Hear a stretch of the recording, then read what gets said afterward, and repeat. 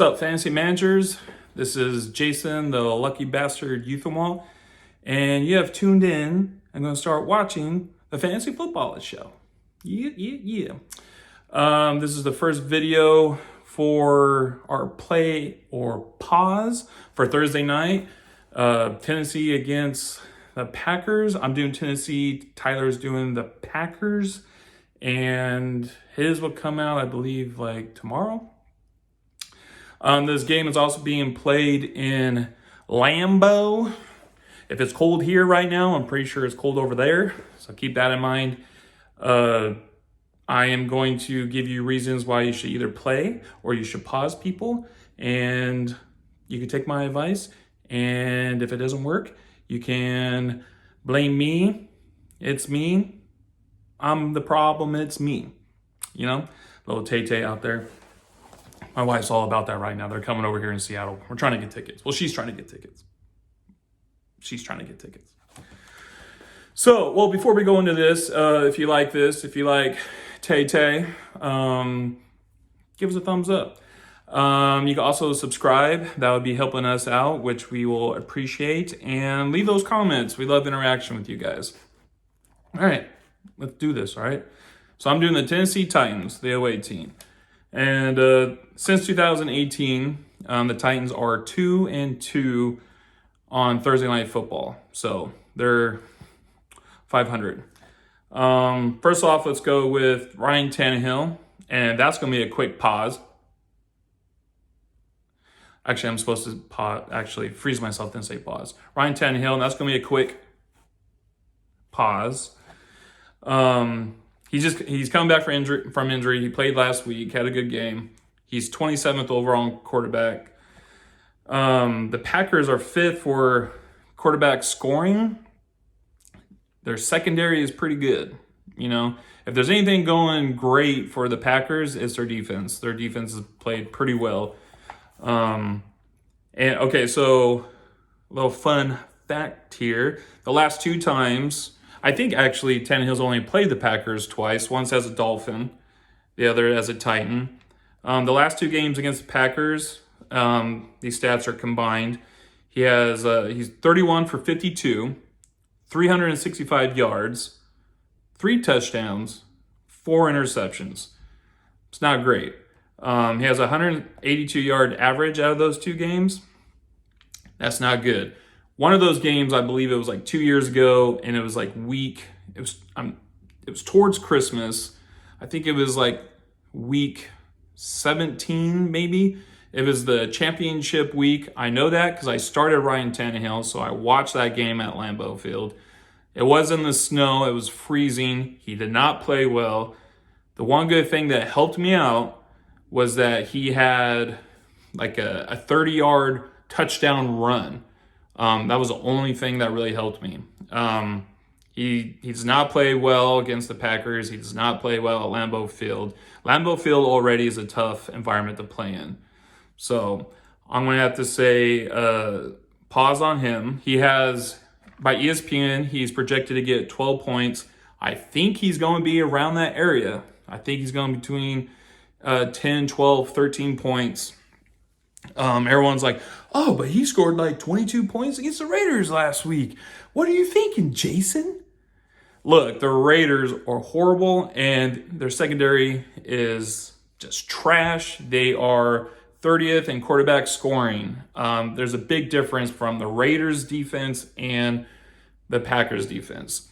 So try to get better options out there. I would say pause on Ryan Tannehill. Next, the running back, Derrick Henry. You play him either way, right? You got him probably top 5 pick. You got to play that dude. He always has opportunity to get you a lot of points. As we've seen, the last 5 games total, he's had 126 rushing attempts. That's about 25 a game. That's awesome. 617 yards. He's averaging 123 a game. And out of that span, he's had 6 touchdowns, which is great. And this is also the dud that he put up last week against the Raiders. So those would have been even better, but the Raiders were able to stop him. Those are still great numbers. Those are numbers that you want in a certain span, like a 5-game span out of your first round pick. Okay, so, but this is the other side of it. The last 2 times he's played against the Packers, he's had 32 attempts and 129 yards. That's not good. That's an average of 64 yards a game. And you're thinking, well, he's probably has a total of 4 touchdowns in those games. No, he hasn't scored against the Packers yet in his career. It's going to be tough, right? It's going to be tough. The good thing is they give him opportunities. They keep giving him the ball. Henry's the type of guy, as the year goes along, he gets better. As the game gets into third or fourth quarter, he gets better. It's hard to tackle him when you're just exhausted, and he's got that big old stiff arm. He's like, get out of my way, pushing people down. You still got to play him. I think there's going to be a great, I don't know about great, but I think there's going to be opportunities for him to get a touchdown. I don't know if he's going to get a lot of yards, but I think he's going to get that touchdown. He's going to help salvage his week and get him over double-digit points. So, play.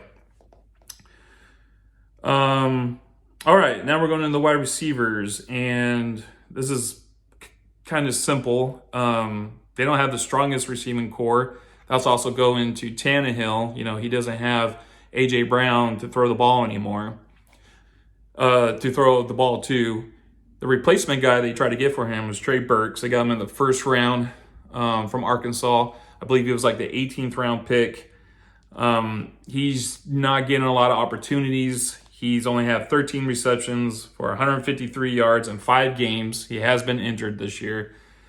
And the Packers are 10th in giving up points to wide receivers. That was not great to hear. I know people may have picked up Treylon Burks. I believe Tyler picked him up, but I don't think Tyler's going to play him this week. I don't think this is the week that you want to roll the dice with Treylon Burks. With that said, if Treylon Burks does well this game, I think it could be the starting point of like maybe Treylon Burks is finally going to be that man and that option for Tannehill, and it could increase both their chances of doing well and like helping managers out. So keep an eye on that. A pause for him. And let's take a pause for the great game that Nick Westbrook did last week. In our league, I think he put up around 20 points. He had 2 touchdowns, 119 yards, 5 receptions. That is amazing.